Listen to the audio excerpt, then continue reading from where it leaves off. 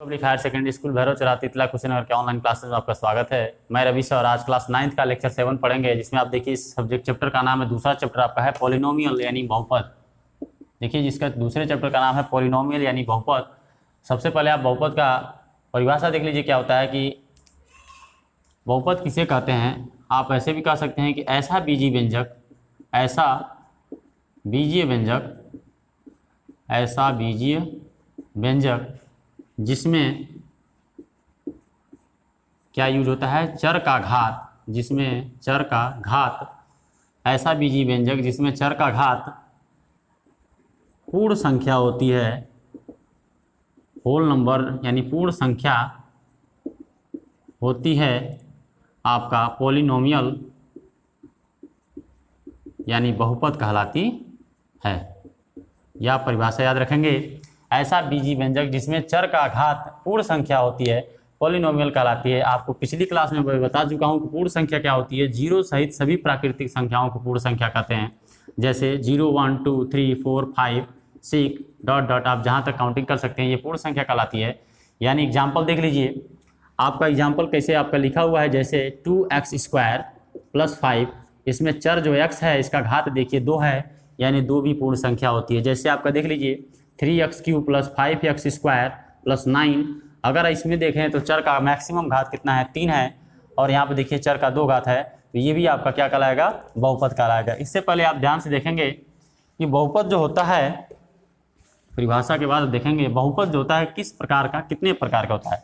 तो उसमें देखेंगे बहुपद जो होता है, आप यहाँ से देखेंगे घातों के आधार पर, घातों के आधार पर, और इधर देखेंगे पदों की संख्या के आधार पर, पदों की संख्या के आधार पर, पदों की संख्या के आधार पर आप जब पढ़ेंगे एक रैखिक बहुपद में, तो आपका जैसे ये होता है एक पदीय बहुपद, वो दूसरा होता है द्विपदीय बहुपद, और तीसरा होता है त्रिपदीय बहुपद। लेकिन अगर घातों के आधार पर पढ़ें हम, तो जिसमें पहला होता है रैखिक बहुपद, दूसरा होता है द्विघात बहुपद, और तीसरा होता है त्रिघात बहुपद। ये आपका होता है जिसमें पॉलिनोमियल आपको बताया हूँ कि ऐसा बीजीय व्यंजक जिसमें चरों का घात जो होता है पूर्ण संख्या होती है, बहुपद कहलाता है। बहुपद दो प्रकार से होता है, घातों के आधार पर रैखिक बहुपद, द्विघात बहुपद, त्रिघात बहुपद, और पदों की संख्या के आधार पर एक घातीय बहुपद, द्विघातीय और त्रिघातीय बहुपद होता है। रैखिक बहुपद जिसमें देखिए ऐसा बहुपद जिसमें चरों का मैक्सिमम घात 1 होता है, उसे हम रैखिक बहुपद कहते हैं। जैसे x + 5 हो गया, x + 7 हो गया, इसमें चरों का मैक्सिमम घात देखिए 1 है, तो ये रैखिक बहुपद कहलाएगा। ऐसा बहुपद, द्विघात बहुपद किसे कहते हैं, ऐसा बहुपद जिसमें चरों का मैक्सिमम घात 2 होता है, उसे हम द्विघात बहुपद कहते हैं। जैसे x² + 5x + 6 है, इसमें चर x है लेकिन मैक्सिमम घात 1 नहीं है, 2 है यहाँ पर, इसलिए आपका द्विघात बहुपद कहलाएगा। और त्रिघात बहुपद ऐसा बहुपद जिसमें चरों का मैक्सिमम घात 3 होता है, उसे हम त्रिघात बहुपद कहते हैं। जैसे आपका हो जाएगा 3x³ + 5x² + 9x + आपका 7 अगर दिया है, तो देखिए 1 घात 2 घात 3 घात, मैक्सिमम घात 3 है, इसलिए ये त्रिघात बहुपद कहलाएगा। बहुपद में एक प्रकार और भी होता है, एक जिसे हम अचर बहुपद, और एक जो होता है आपका शून्य बहुपद होता है।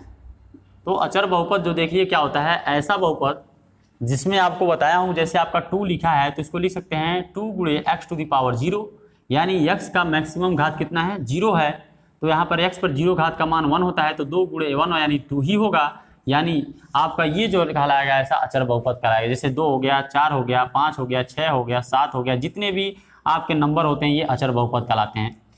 अब देखिए शून्य बहुपद क्या होता है, ऐसा बहुपद जिसमें प्रत्येक अचर का मान शून्य हो, जैसे a1 बराबर, a2 बराबर, a3 बराबर, a4 बराबर, a5 बराबर आपका शून्य हो, प्रत्येक अचर का मान क्या हो, शून्य हो, तो वह आपका कैसा का बहुपद कहलाता है, शून्य बहुपद कहलाता है।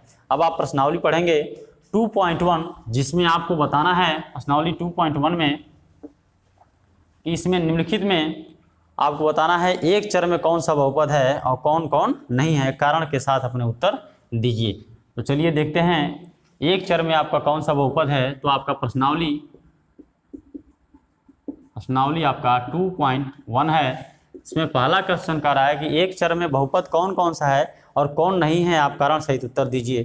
तो आपका दिया हुआ है 4x² - 3x और +7 दिया है। अब आपको बताना है यह कैसा बहुपद है, एक चर में बहुपद है या नहीं है, क्योंकि इसमें देखिए कोई दूसरा चर नहीं है, केवल आपका x ही चर है, एक ही x है, तो एक चर में यह बहुपद है। यह एक लिखेंगे इस प्रकार आप, यह एक बहुपद है क्योंकि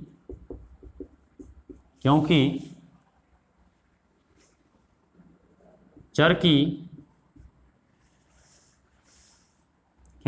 की प्रत्येक घात क्या है, आपकी पूर्ण संख्या है। क्योंकि चर की प्रत्येक घात क्या है, पूर्ण संख्या है। आप देखिए क्यों, यहाँ पर देखिए 4x² है, -3x पर 1 है, +7 है, तो यहाँ पर लिख सकते हैं x⁴।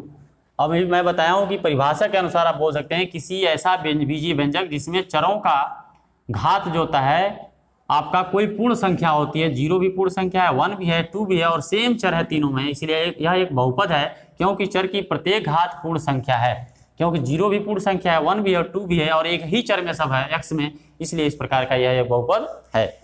दूसरा देखेंगे y² + √2, y² + √2 दिया है, तो इसमें ध्यान देखेंगे y² और √2 दिया है, तो ये भी, इसको भी कहेंगे ये भी एक प्रकार का बहुपद है। तो ये भी अब लिखेंगे, यह एक बहुपद है क्योंकि सेम वही प्रोसेस, क्योंकि चर का प्रत्येक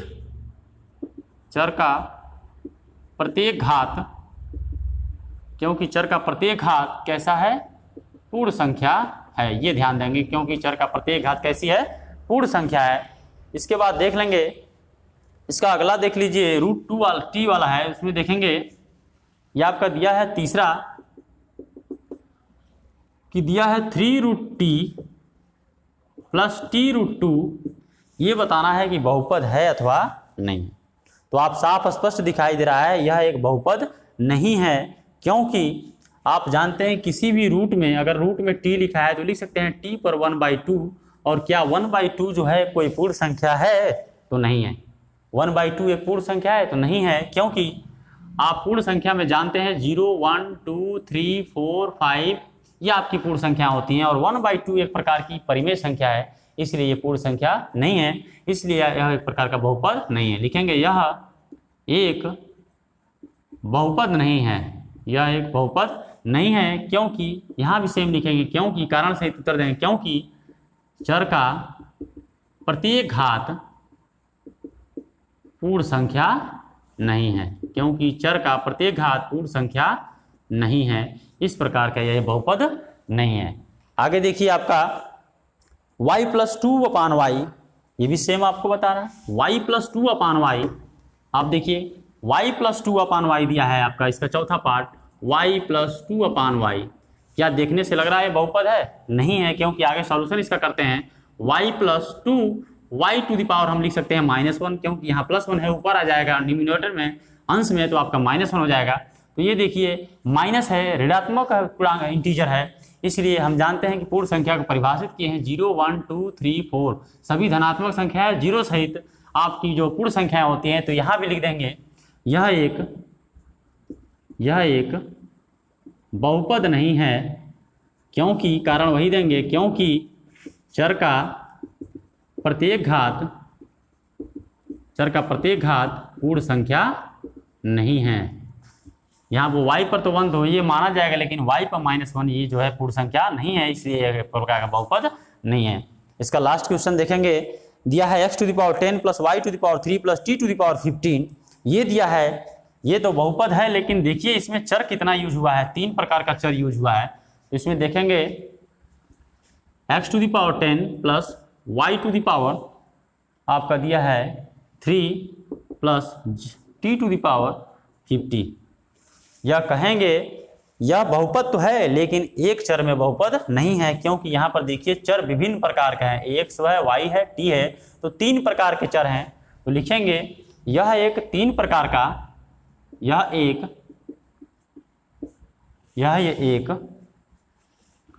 3 चरों वाला बहुपद है, 3 चरों वाला बहुपद है। तो यहाँ देंगे, इसमें पूछा था प्रश्न में, किताब में ध्यान से देखिए, हेडिंग में ही लिखा है बताना है इसमें से कौन एक चर वाला बहुपद है, तो इसलिए लिख देंगे, इसका भी लिख लेंगे, यह एक चर वाला बहुपद नहीं है। यह आपका कारण सहित उत्तर हो गया। चलिए सेकंड क्वेश्चन कहा है निम्नलिखित में प्रत्येक एक्स स्क्वायर का गुणांक बताइए। गुणांक में बताया हूं कि जैसे गुणांक आपका x square plus 5x plus 9 दिया है, अगर x का गुणांक पूछता है तो x के पहले 5 है तो x का गुणांक 5 हो गया, x स्क्वायर का गुणांक पूछता है तो 1 हो गया, लेकिन इसमें केवल x स्क्वायर का गुणांक पूछा है। तो पहला क्वेश्चन देखिए, इसमें दिया है 2 plus x square, 2 plus x square plus x, कहा इसमें x स्क्वायर का गुणांक बताइए, तो लिखेंगे x स्क्वायर का गुणांक, डायरेक्ट आप लिखिएगा x स्क्वायर का गुणांक, x स्क्वायर के पहले देखिए आप, x स्क्वायर के पहले 1 है तो यहाँ पर लिख देंगे क्या है 1। यहाँ पे देखिए 2 minus x square plus x दिया है, इसमें एक्स स्क्वायर का गुणांक क्या है x क्यूब दिया है यहाँ पर। तो इसका सेकंड पार्ट देखिए, अगर इसमें बताना है तो देखिए यहाँ पर 1 है लेकिन चिन्ह सहित बताना होता है गुणांक, तो यहाँ पर लिखेंगे एक्स स्क्वायर का गुणांक जो हो जाएगा -1 हो जाएगा। तीसरा पार्ट देखिए, इसमें तीसरा पार्ट दिया है π/2 एक्स स्क्वायर और प्लस दिया है x, इसमें एक्स स्क्वायर का गुणांक बताएंगे तो इसमें एक्स स्क्वायर का गुणांक जो हो जाएगा, एक्स स्क्वायर के पहले देखिए π/2 है, इसलिए एक्स स्क्वायर का गुणांक क्या हो जाएगा π/2। थोड़ा सा चौथे में आप कंफ्यूजन होंगे कि दिया है √2x -1 दिया है, इसमें एक्स स्क्वायर का गुणांक बताना है, तो यहाँ एक्स स्क्वायर का गुणांक कुछ पता नहीं चल रहा है, तो इसको हम ऐसे लिख सकते हैं 0 गुणे एक्स स्क्वायर, ऐसे भी लिख सकते हैं कि 0 गुणे एक्स स्क्वायर, 0 का समथिंग गुणा करते हैं तो 0 ही होता है, तो यहाँ पर लिखेंगे एक्स स्क्वायर का जो गुणांक हो जाएगा वो क्या हो जाएगा 0। इस प्रकार ये समाप्त हुआ। तीसरा देखिए 35 घात का एक द्विपद और 100 घात का एक पदीय का एक उदाहरण दीजिए। तो इसमें देखेंगे